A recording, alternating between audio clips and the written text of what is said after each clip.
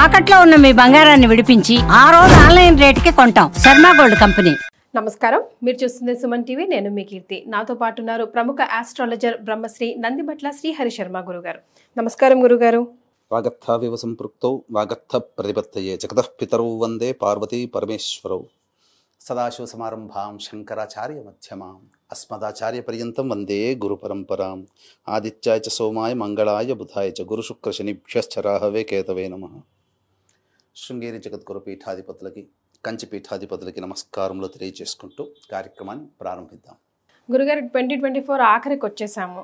ఆదివారం మాస శివరాత్రి. ఈ రోజుని మేమంతా ఎలా సద్వినియోగించుకోవాలి, అలాగే ఈ వీడియో ఎండింగ్లో కూడా మీరు చక్కగా మమ్మల్ని అందరినీ ఆశీర్వదించి 2025కి వెల్కమ్ చెప్పాలి. తప్పకుండానమ్మా.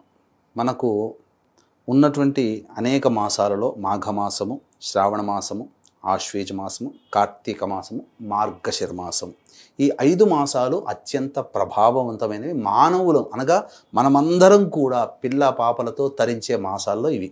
ముఖ్యంగా విష్ణువుకు సంబంధించినటువంటి మాసం మార్గశిర మాసం. ఎందుకనంటే మాసానాం మార్గశీర్షోహం అని చెప్పి భగవద్గీతలోనే విష్ణు భగవానుల వారు కృష్ణుడు మనకు చెప్పాడు. అనగా విష్ణువు యొక్క భార్య అయినటువంటి లక్ష్మీదేవి అవతరించింది కూడా ఈ మార్గశిర మాసం అమావాస్య రోజున. పోతూ పోతూ ఈ 2024 సంవత్సరం ఆఖరి రోజులు మనకు అద్భుతమైన రోజులు ఇచ్చింది. ఒకటి శని త్రయోదశి 28వ తారీఖు, 29వ తారీఖు మాస శివరాత్రి, 30వ తారీఖు సోమవారము ప్లస్ అమావాస్య. ఎందుకు ఈ యొక్క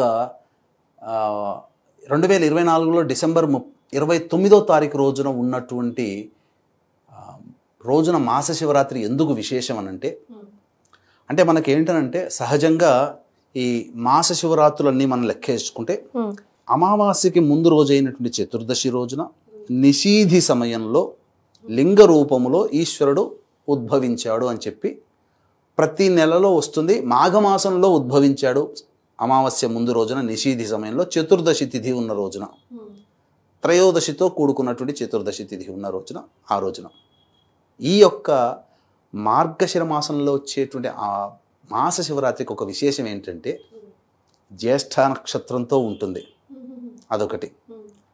తర్వాత చతుర్దశి మొత్తం ఉందమ్మా ఆ రోజు, త్రయోదశి లేదు. 29వ తారీఖు తెల్లవారుజామున 3:33 త్రయోదశి తిథి వెళ్ళిపోతుంది. ఆ 29వ తారీఖు రోజంతా ఉండి మళ్ళీ 29వ తారీఖు మధ్యరాత్రి అయిన తర్వాత రాత్రి 4:50 30వ తారీఖుకి తెల్లవారుజామున 4:50 వరకు ఈ చతుర్దశి తిథి ఉంటుంది. ఇది చాలా ప్రత్యేకమైనటువంటి మార్గశిర మాసంలో వచ్చే మాస శివరాత్రిగా చెప్పవచ్చు. సాక్షాత్తు ఈశ్వరుడికి చెప్పబడినటువంటి సంపూర్ణమైన మాస శివరాత్రి. ఇప్పుడు అమావాస్య అంటే సూర్యుడికే చెప్పబడి ఉంది, పౌర్ణమి అంటే చంద్రుడికే చెప్పబడి ఉంది. అట్లాగే ఏకాదశి అంటే విష్ణువుకు సంబంధించింది, మాస శివరాత్రి అంటే ఈశ్వరునికి సంబంధించింది. కానీ చతుర్దశి మొత్తం ఉన్నటువంటి రోజు నిషీధి సమయం వరకు కూడా, ప్రదోషకాల సమయం స్పర్శ, నిషీధి స్పర్శ, చతుర్దశి తిథి మనకు డిసెంబర్ 29వ తారీఖు రోజున మాత్రమే ఉందమ్మా.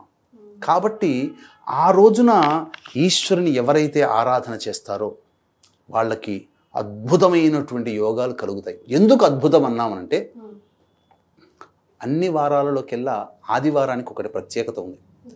ఏంటంటే ఆదివారము కాలస్వరూపుడైనటువంటి సూర్యునికి సంబంధించినటువంటి వారం. పైగా ఈ కాలస్వరూపుల్లోనే మృత్యుంజయుడిగా పిలుచుకునేటువంటి యొక్క ఈశ్వరునికి సంబంధించినటువంటి తిథి రావడం, చతుర్దశి తిథి మాస శివరాత్రి రావడం విశేషం.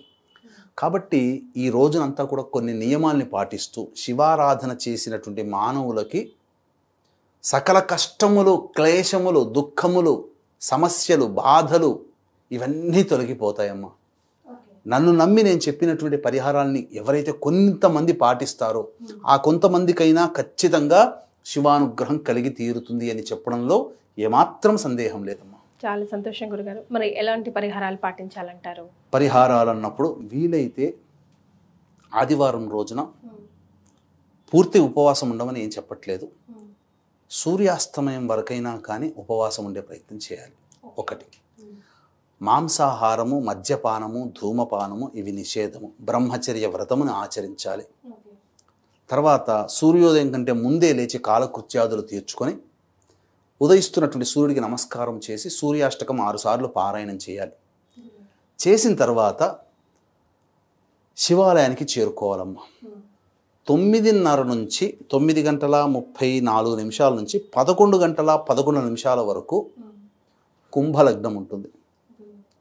ఆ కుంభలగ్నం చాలా విశేషమైనటువంటిది. పైగా ఆ కుంభలగ్నంలో గురువు, చంద్రుడు అందరూ కూడా, శుక్రుడు, చాలా శుభగ్రహాలన్నీ కూడా శుభస్థానాల్లో ఉంటున్నాయి ఆ రోజున. ఆ 9:30 నుంచి 11:11 మధ్య కాలంలో శివాలయానికి చేరుకొని నవగ్రహాల చుట్టూ శివాయ నమః అంటూ 27 ప్రదక్షిణలు చేసి శివాలయంలో అభిషేకం చేయించుకోవాలి.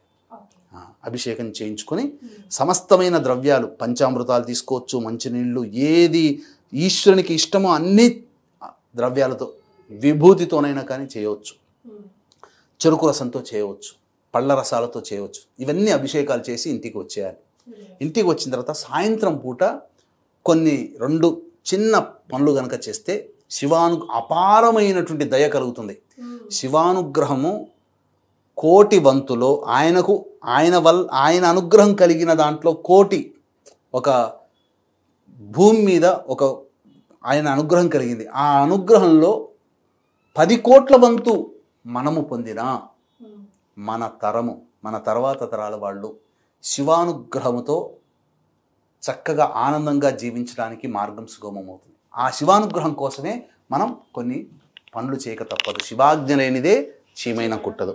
కాబట్టి ఆ సాయంత్రం పూట 2 పరిహారాలు అంటే వీక్షించేటువంటి ప్రేక్షకులు కూడా గమనించాల్సిన అంశం ఏంటంటే, ఈ యొక్క 2024 పోతూ ఇంతకుముందు చెప్పుకున్నట్లుగా శని త్రయోదశి, మాస శివరాత్రి, సోమవారము ప్లస్ అమావాస్య, సోమవతి అమావాస్య, ఆ రోజున లక్ష్మీ అమ్మవారు జన్మించినటువంటి రోజు కూడా.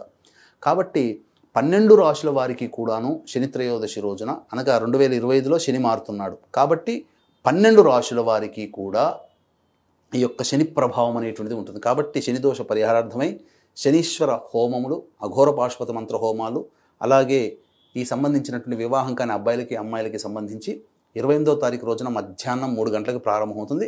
1 గంట వరకు నమోదు చేసుకోవచ్చు గోత్రనామాదులు. అలాగే వీటికి పర్ హెడ్ 1500. అలాగే సోమవారం అమావాస్య రోజున సమస్త శత్రుబాధలు తొలగడం కోసమే బగళాముఖి, ప్రత్యంగిర, ధూమవతి, లక్ష్మీ కమలాత్మిక జన్మించినటువంటి రోజు. దశమహావిద్యల్లో కమలాత్మికాదేవి 10వ విద్య. ఆ కమలాత్మిక హోమము అనేటువంటిది జరిపించడం జరుగుతుంది. వీటికి కూడా పర్ హెడ్ 1500.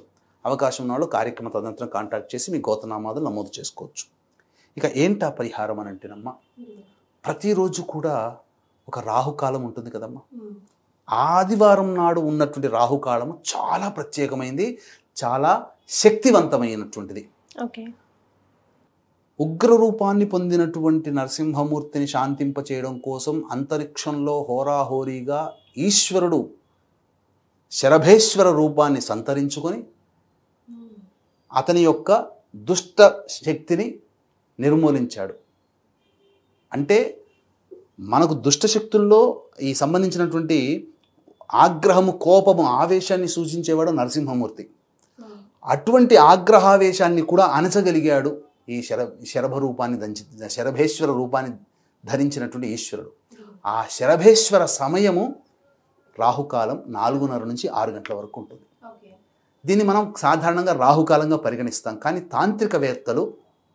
తాంత్రికులు వీళ్ళు మాత్రం శరభేశ్వర రూపంగా ఆ సమయాన్ని గ్రహిస్తారు. కాబట్టి ఆ సమయంలో వీలైనన్నిసార్లు దుర్గా అష్టోత్తరం కానీ, శరభాయేశ్వర అష్టోత్తరం కానీ, ప్రత్యంగిర అష్టోత్తరం కానీ, బగళాముఖి ఏదైనా కానీ, ఇవన్నీ వీలైనన్నిసార్లు, కనీసం శివాష్టోత్తరమైన వీలైనన్నిసార్లు పారాయణం చేయాలి.